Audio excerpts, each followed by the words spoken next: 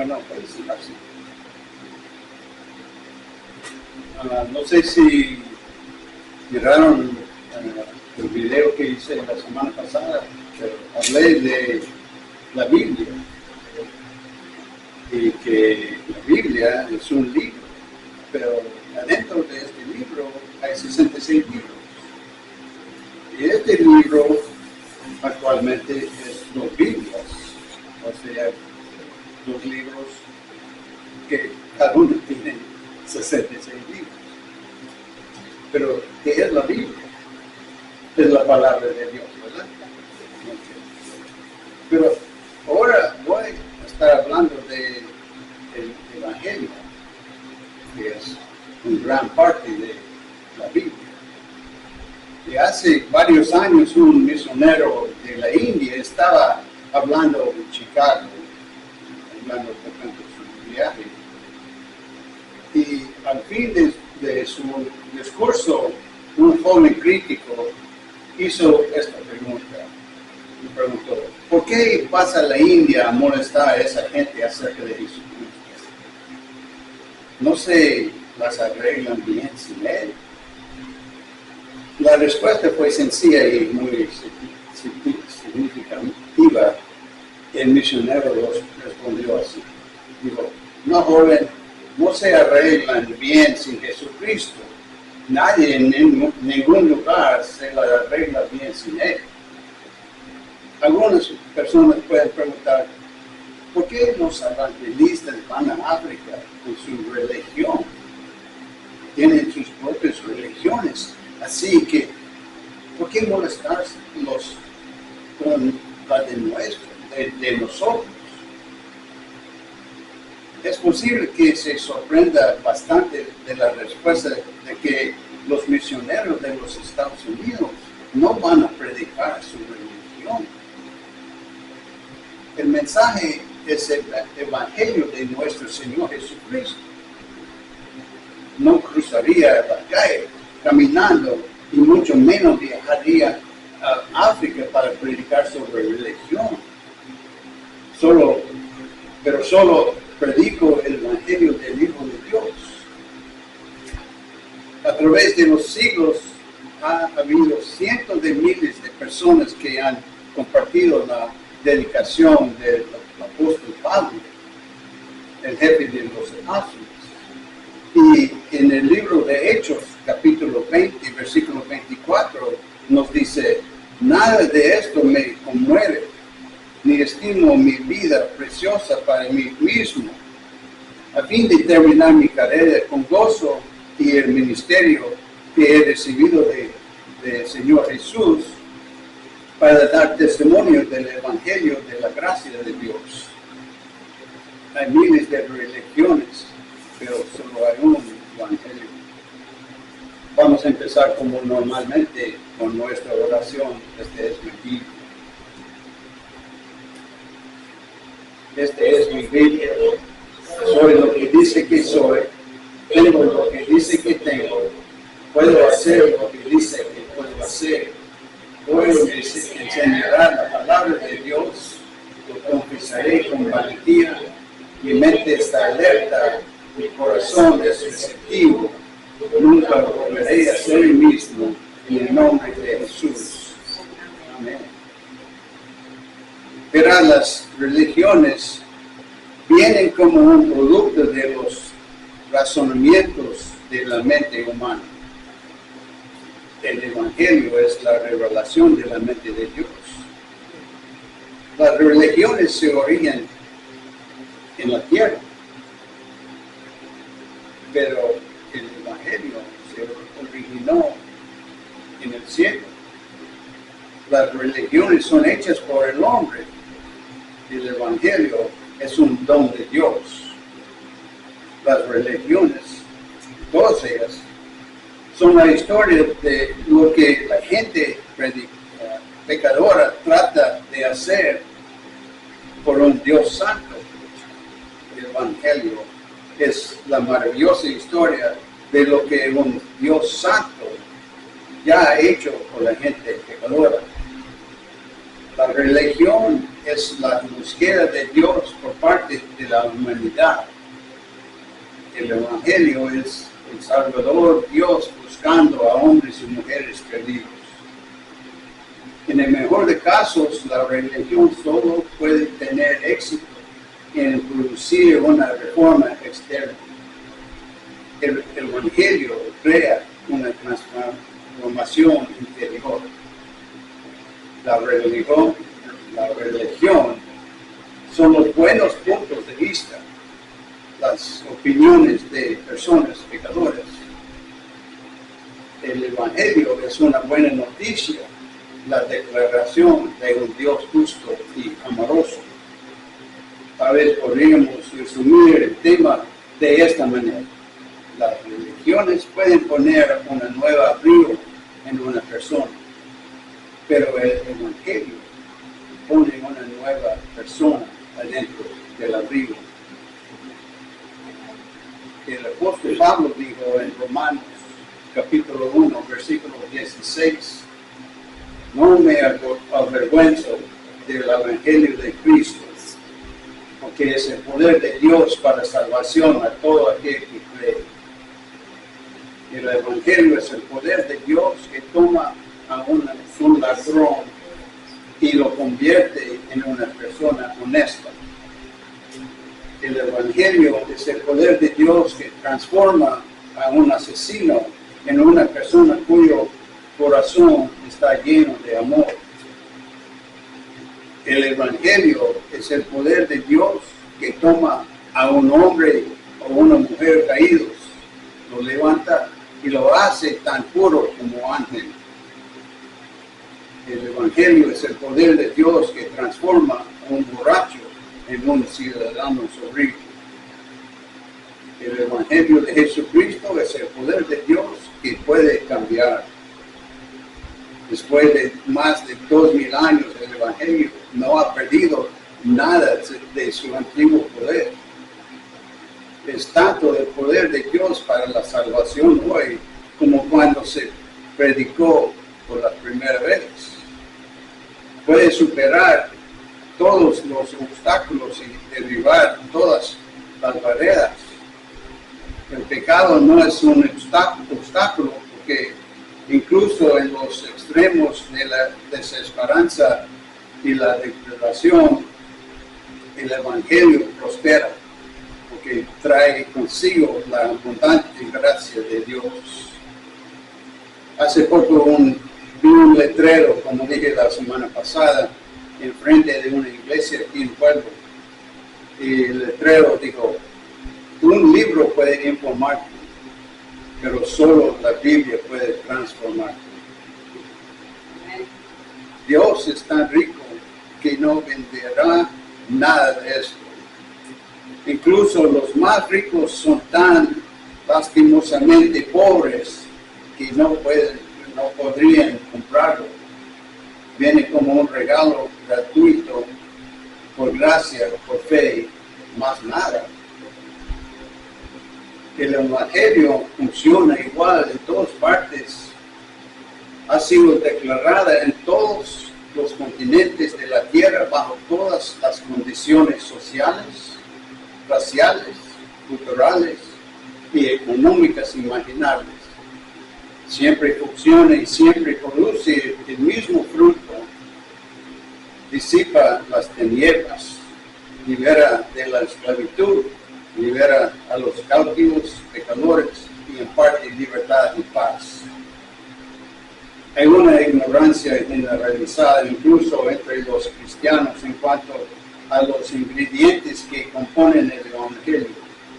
La Biblia nos advierte de aquellos que quieren pervertir el Evangelio de Cristo.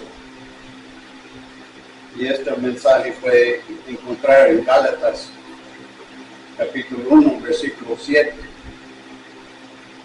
Y voy a leer de la Biblia, continuando en Gálatas, capítulo 1, pero voy a leer desde versículo 9 hasta 12.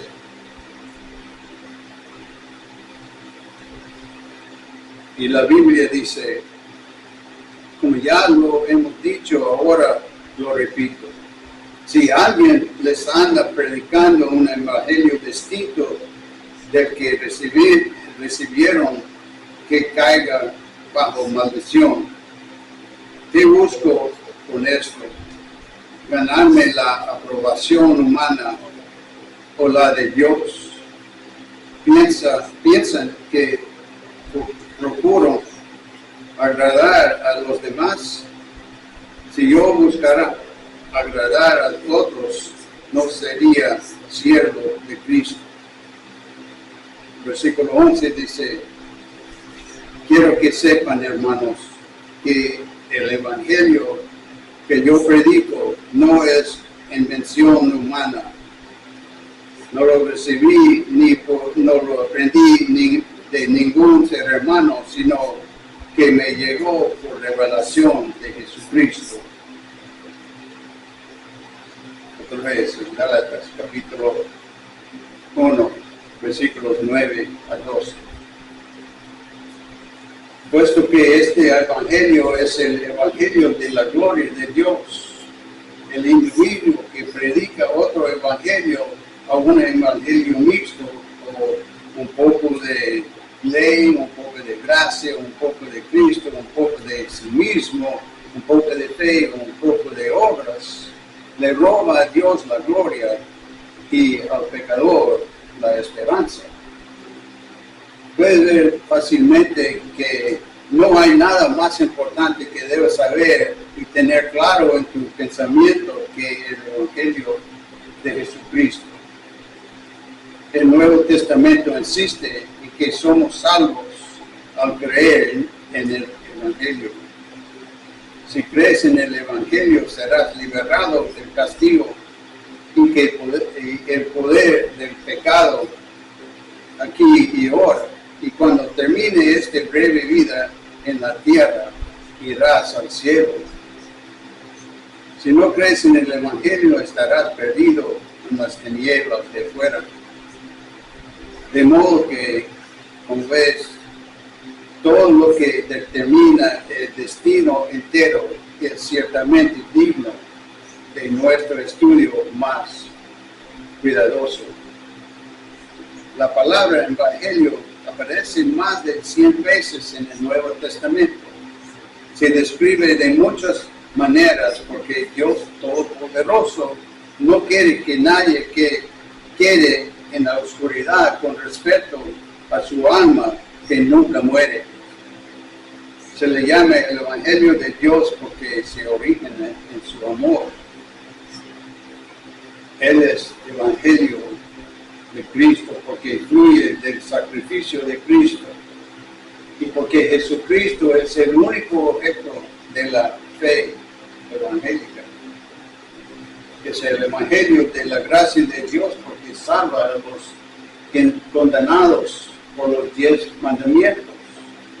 Él es el Evangelio de la gloria porque en un sentido real hemos cambiado al Cristo de Galilea por el Cristo de la gloria. Él está en la gloria ahora y está trayendo muchos hijos a la gloria.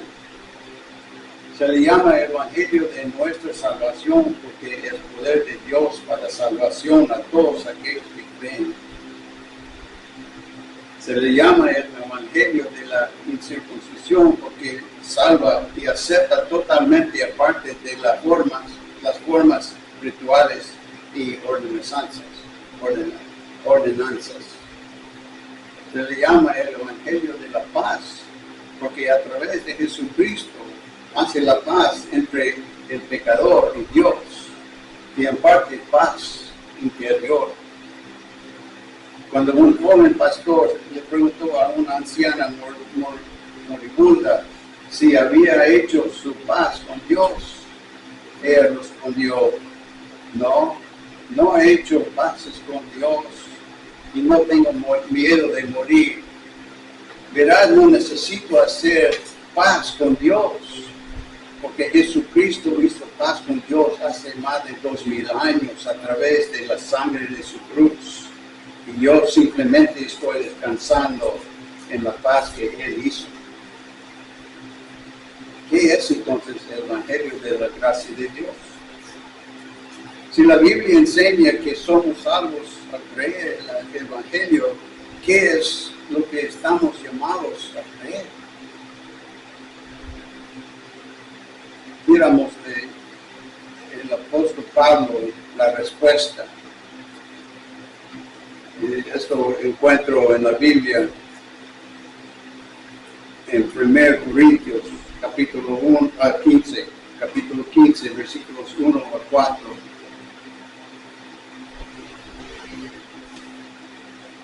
Y la Biblia dice: ahora, hermanos, quiero recordarles el Evangelio que les prediqué, el mismo que recibieron y en el cual se mantienen firmes. Mediante este Evangelio son salvos, si se aferran a la palabra que les prediqué. De otro modo habrán creído en vano. Porque ante todo les transmití a ustedes lo que yo mismo recibí, que Cristo murió por nuestros pecados según las Escrituras, que fue sepultado, que resucitó al tercer día según las Escrituras. Pronto notarás que el Evangelio de la gracia de Dios se compone en dos partes. Primero, Cristo murió por nuestros pecados. Y segundo, Cristo resucitó de entre los muertos. Si lees las epístolas del apóstol Pablo, notarás que su mensaje se centra en tres cosas: la muerte, la sepultura y la resurrección de Cristo. En lo que concierne a Pablo, Jesucristo vino al mundo principalmente para hacer 3 días de trabajo, solamente 3 días. Esa obra comenzó cuando fue clavado en la cruz y terminó cuando Dios lo resucitó de entre los muertos. Pablo escribió menos acerca de la vida terrenal de nuestro Señor, su nacimiento virginal, su bautismo, su tentación, sus milagros, sus enseñanzas o incluso sus sufrimientos en el puerto de Getsemaní. Esto está en armonía con el resto del Nuevo Testamento, porque debemos recordar que Cristo no vino principalmente a predicar el Evangelio, aunque sí anunció la liberación de los prisioneros, sino que vino más bien para que hubiera un Evangelio que predicar. Este Evangelio fue ganado y traído a la existencia por su obra en el cruel madero. Perdón. Vino a la tierra desde el cielo con un extraño propósito. Era tan diferente de la de cualquier otro ser humano que se aferra a la vida y que va por la vida inclinado a vivir. El Señor Jesús vino a la tierra con el propósito de morir, a pesar de que la muerte no tenía ningún derecho en él. Él nació para morir. También debemos recordar que Jesucristo había vivido el sermón del monte durante 30 años antes de predicar. Sus enseñanzas y su vida perfecta sin pecado nunca cambiaron a una vida ni liberaron a una persona de la esclavitud del pecado. Solo su muerte en la cruz podía hacer eso. Cuando los creyentes de Tesalónica estaban preocupados por sus seres queridos que habían muerto, Pablo escribió las palabras del aliento. Si creemos, eso encontramos en 1 Tesalonicenses, capítulo 4, versículo 14, y digo: Si creemos que Jesús murió y resucitó, así también a los que duermen en Cristo, Dios los trae consigo. Era la fe en el sacrificio sustitutivo lo que les daba la seguridad de la salvación. En el libro de Romanos, capítulo 5, versículo 8, nos dice: Dios mandó su amor para con nosotros, en que siendo aún pecadores, Cristo murió por nosotros. Y también encontramos en Hechos, el libro de Hechos, Hebreos capítulo 9, versículo 26.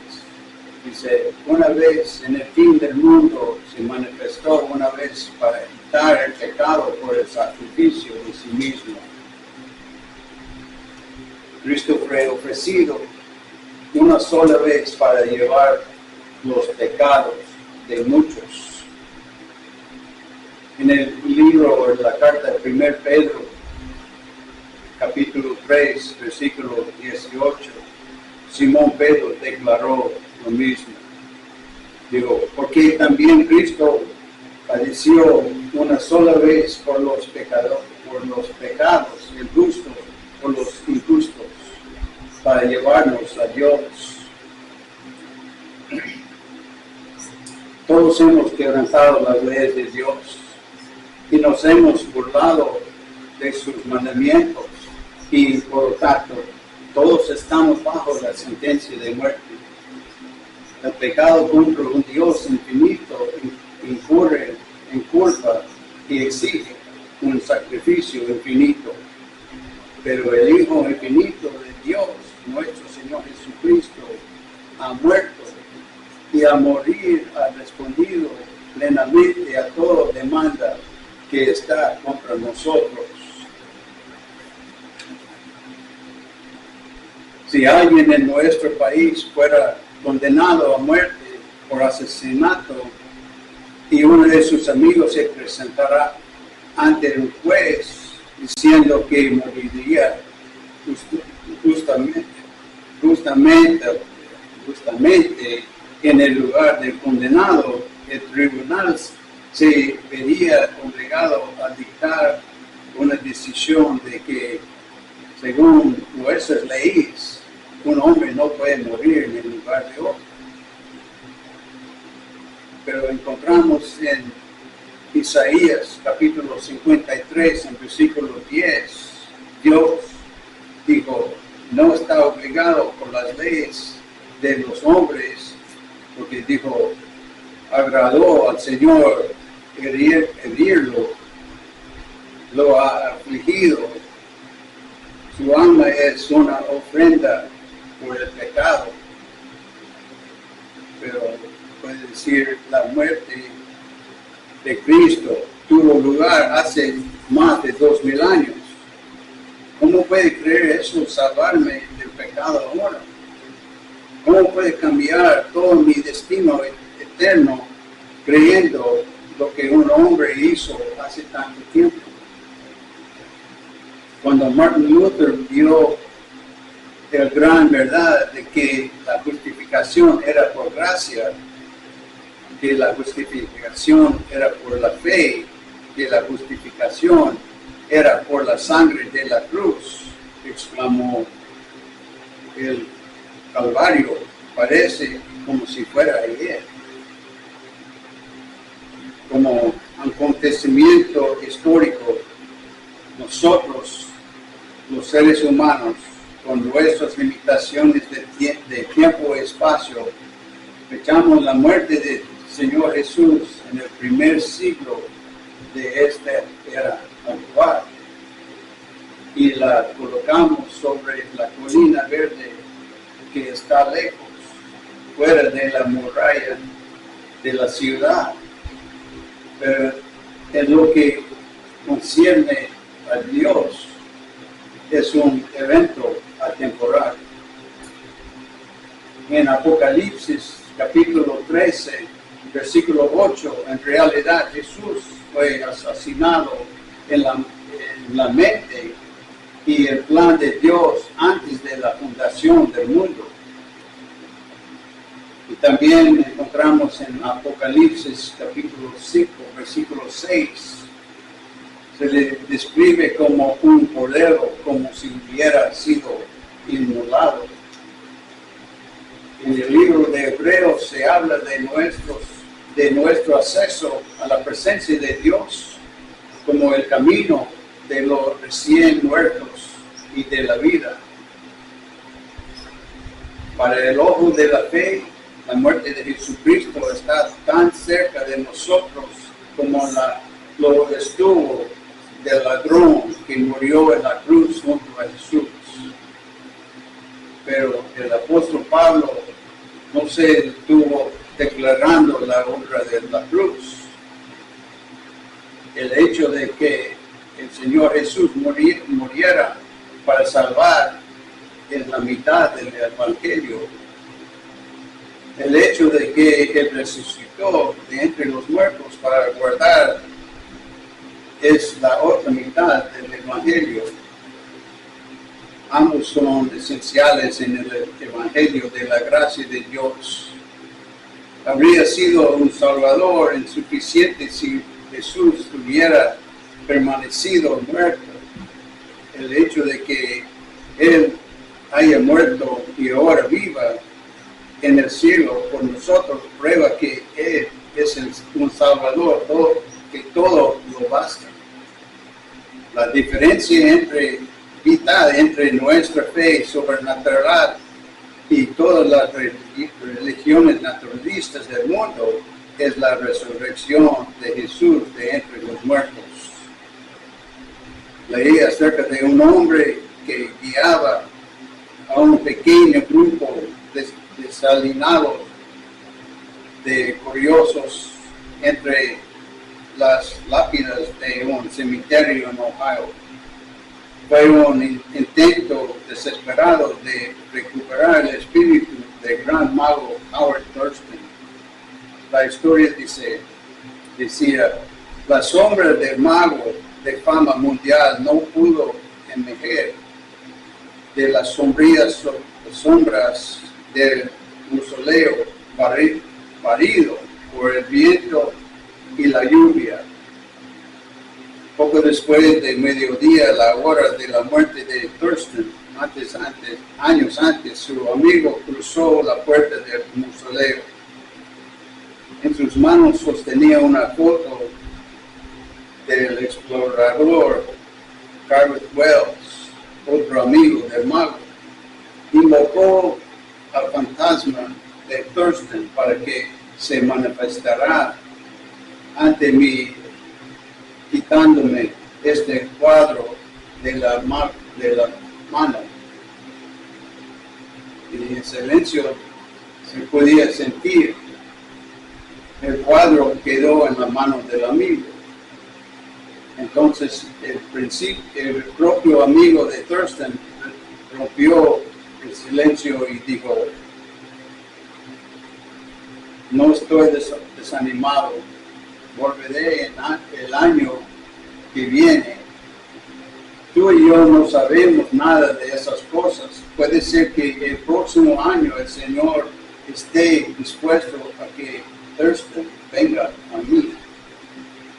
Pero si este experimento continuara durante 1000 años, el espíritu de Howard Thurston nunca podría regresar.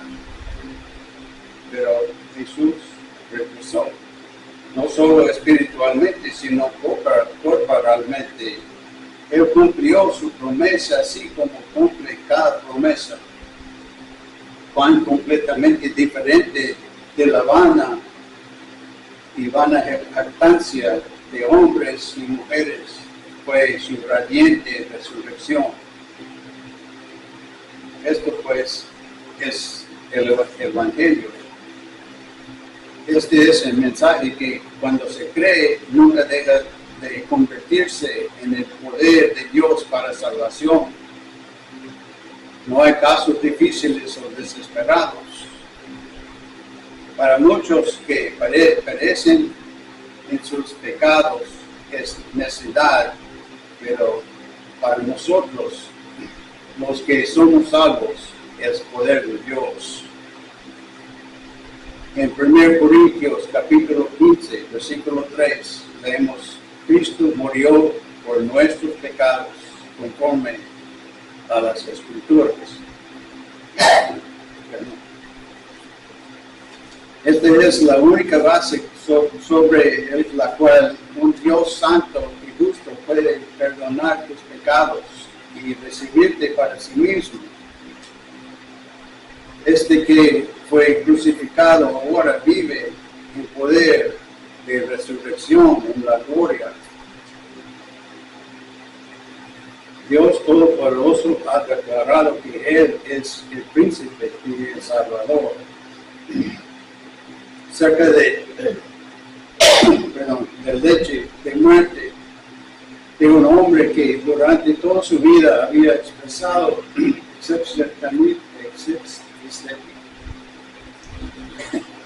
escepticismo y que pertenece a una organización de su pueblo llamado el Club de los Infieles, se encontró este testimonio. Lo he intentado en vano de mil maneras. Mis temores que acallar, mis esperanzas que levantar. Pero lo que necesito, lo dice la Biblia. Pues déjenme terminar con esto. Perdón. Te insisto a que les digo esto al Señor ahora mismo en la criatura de tu propio corazón. Tal como soy, pobre, culpable, perdido, vengo a ti, Señor Jesucristo. Con fe sencilla, confío en ti, llevaste mis pecados y moriste por mí. Vuélvete a Él de tus pecados hoy y recíbelo como tu Señor y tu Salvador.